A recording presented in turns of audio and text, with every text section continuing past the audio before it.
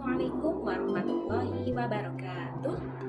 Selamat pagi semuanya. Bagaimana kabarnya hari ini? Semoga kita semua selalu dalam perlindungan oleh Allah. Amin. Oke, kali ini ada masalah tentang si anak yang mempunyai gangguan bahasa ekspresif. Jadi dia itu belum bisa berkomunikasi secara dua arah. Beberapa strategi pembelajaran yang bisa kita gunakan untuk mengatasi masalah tersebut yaitu: satu, kita bisa melibatkan anak dalam suatu pembicaraan. Yang kedua, kita bisa mengajaknya untuk bernyanyi lagu anak-anak kesukaannya. Yang ketiga, yaitu bercerita tentang gambar atau coretan yang telah dibuat. Yang keempat, kita bisa menggunakan pelafalan yang tepat ketika si anak tersebut bicara atau berkomunikasi. Yang kelima, yaitu memandang matanya ketika kita membenarkan kosakata yang kurang tepat tadi.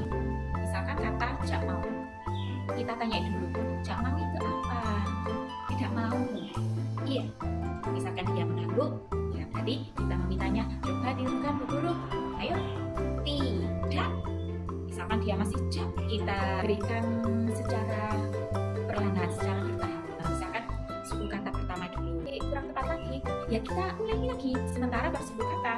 Kemudian kita memintanya untuk menggabungkan. Yang terakhir yaitu memberikan suasana lingkungan yang menyenangkan supaya motivasinya itu meningkat dalam berbicara tanpa adanya tekanan. Takutnya kan kalau di rumah kan misalkan, "Bu, aku minta beli es krim." Tidak boleh.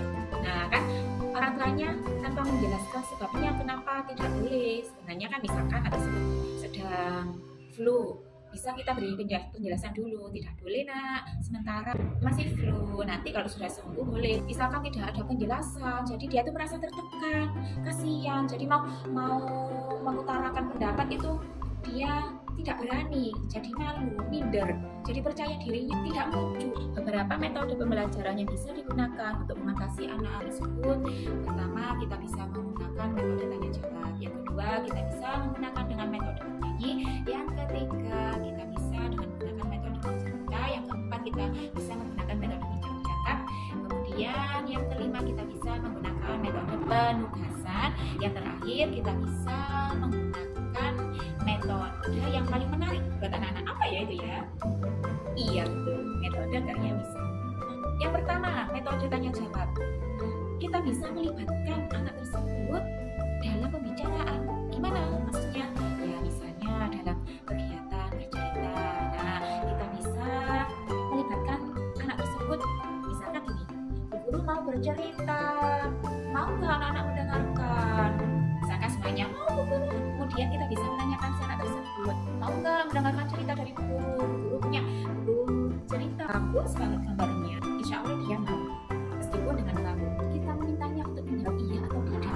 Metode yang kedua yaitu metode bernyanyi. Mengajak anak-anak untuk memilih lagu kesukaannya. Kita bentuk suatu permainan bernyanyi biar tidak monoton. Misalkan si Arsen lagu, terus temannya ada 5. Nah itu secara berlanjut. Nah nanti yang kurang konsentrasi kita kasih konsekuensi, tapi sebelumnya kita beri kesepakatan secara bersama. Yang ketiga yaitu metode bercerita tentang gambar atau coretan yang telah dibuat. Gimana caranya? Ya kita meminta anak tersebut untuk membuat suatu coretan di buku gambar gitu saja. Buku gambar kita memintanya untuk membuat suatu coretan. Nanti misalkan sudah selesai, kemudian kita meminta untuk menceritakan coretan tersebut atau gambar yang telah dibuat. Metode keempat yaitu bercakap-cakap. Gimana maksudnya? Ya kita ajak anak tersebut untuk sering berkomunikasi atau berbicara, entahlah membahas tentang bekal apa yang dibawa dengan stimulasi berbagai pertanyaan dulu, karena anak seperti itu kalau tidak distimulasi susah untuk mengeluarkan kalimat atau kata-kata yang ingin diucapkan. Nah, kemudian yang metode kelima yaitu penugasan berupa menirukan tulisan. Metode yang terakhir yaitu dengan metode karya wisata. Nah ini metode yang paling disukai oleh anak-anak. Tujuannya kan outing kelas, pembelajaran di luar kelas, ya kan? Jadi anak itu biar tetap senang, tetap semangat dalam belajar. Misalkan kebun stroberi, kebun jeruk, kebun binatang yang dekat-dekat dengan sini saja lah yang udah dijangkau. Karena itu biar bisa bebas. Nah, bisa bebas dalam arti itu bisa berekspresi apapun yang dilakukan, ya kan? Misalkan kalau di rumah kan nggak boleh ini, nggak boleh itu. Nah, kalau bersama gurunya di sana kan ya kita kasih kesempatan mereka untuk berekspresi apapun. Kemudian media apa saja ya yang bisa kita gunakan? Itu pertama, bisa berupa kartu huruf atau kartu angka. Nah, seperti ini. Selain itu juga buku gambar. Gambar itu apa? Ya untuk tadi, apa namanya, membuat coretan atau gambar sesuai imajinasi atau kreasi yang disebut. Nah, kemudian selanjutnya kita bisa gunakan buku gambar untuk menirukan tulisan guru. Dan selanjutnya yaitu buku cerita. Yang terakhir bisa tempat wisata. Sekian ulasan dari kami, semoga bermanfaat. Wassalamualaikum warahmatullahi wabarakatuh. Terima kasih.